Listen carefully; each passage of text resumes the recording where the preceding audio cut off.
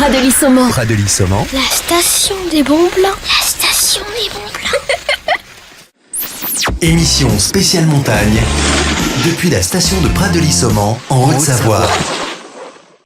Ici à Saumon, sur le plateau de cette première journée de la course, la Grande Odyssée Savoie-Mont-Blanc, la course de chiens de traîneau référence ici en Europe, on peut même dire l'une des plus relevées. Arnaud de Treligne, bonjour. Vous travaillez pour Kimmick Evans. Tout à fait. Vous travaillez avec des chiens, notamment les mêmes chiens qu'on voit partir ici sur cette course de la Grande Odyssée. Alors, ce sont principalement des huskies, c'est ça? Alors nous, en présentation, on a des huskies parce que pour le grand public, c'est le chien de traîneau par excellence.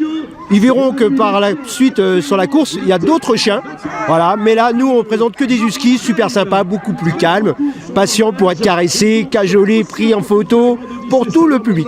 Alors justement, quelle est la particularité du husky dans la course de chien de traîneau? Pourquoi ce chien particulièrement?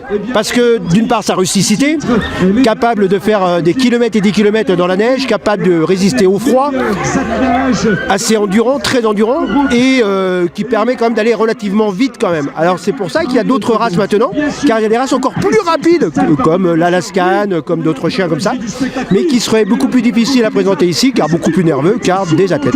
Est-ce qu'on crée aujourd'hui des races de chiens de traîneau qui n'existaient pas avant par mariage entre races? Exactement, justement, donc l'Alaskan Husky par exemple, c'est vraiment un croisement pour la course, uniquement pour la course, et du traîneau pour des gens qui aiment vraiment aller vite, quoi. Alors vos chiens, vous vivez avec au quotidien, comment ça s'entretient au ski?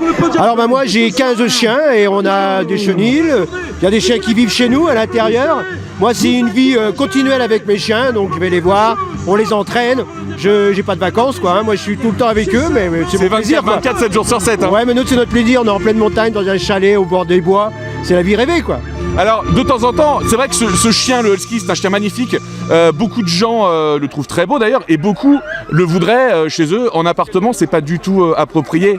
Eh bien voilà, c'est ça le problème, c'est que c'est du chien nordique, donc qui a besoin d'espace, qui a besoin de courir, qui a besoin de vivre en meute, qui supporte pas la solitude. Donc effectivement, en ville, ça va poser un problème. Le plus gros problème, de toute façon, va être la solitude. S'il se retrouve seul, là, il va y avoir des problèmes. Donc c'est pour ça que c'est quand même beaucoup mieux de vivre à l'extérieur, si on peut leur donner ce qu'il faut, et qu'ils vivent en meute, ou au moins vivre avec son maître en permanence. Alors on les voit, ces chiens, ils sont totalement excités au départ de la course.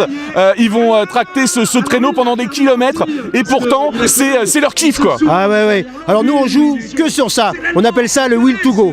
Donc le will to go, c'est l'envie d'y aller. Nous on n'a pas de rêne pour tenir le traîneau, donc si le chien n'a pas envie d'y aller, c'est pas possible.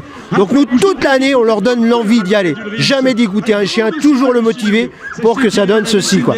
Dernière question, le husky, est-ce que c'est un chien dangereux, notamment avec les enfants par exemple, ou au contraire plutôt attachant?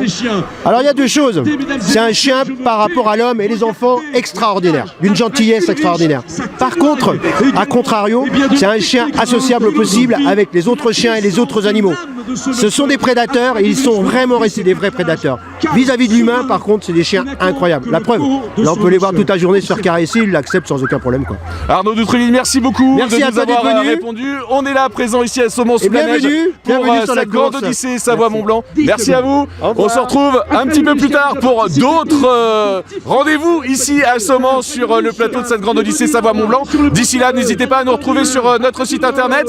Ce mag est à revoir en audio et en vidéo.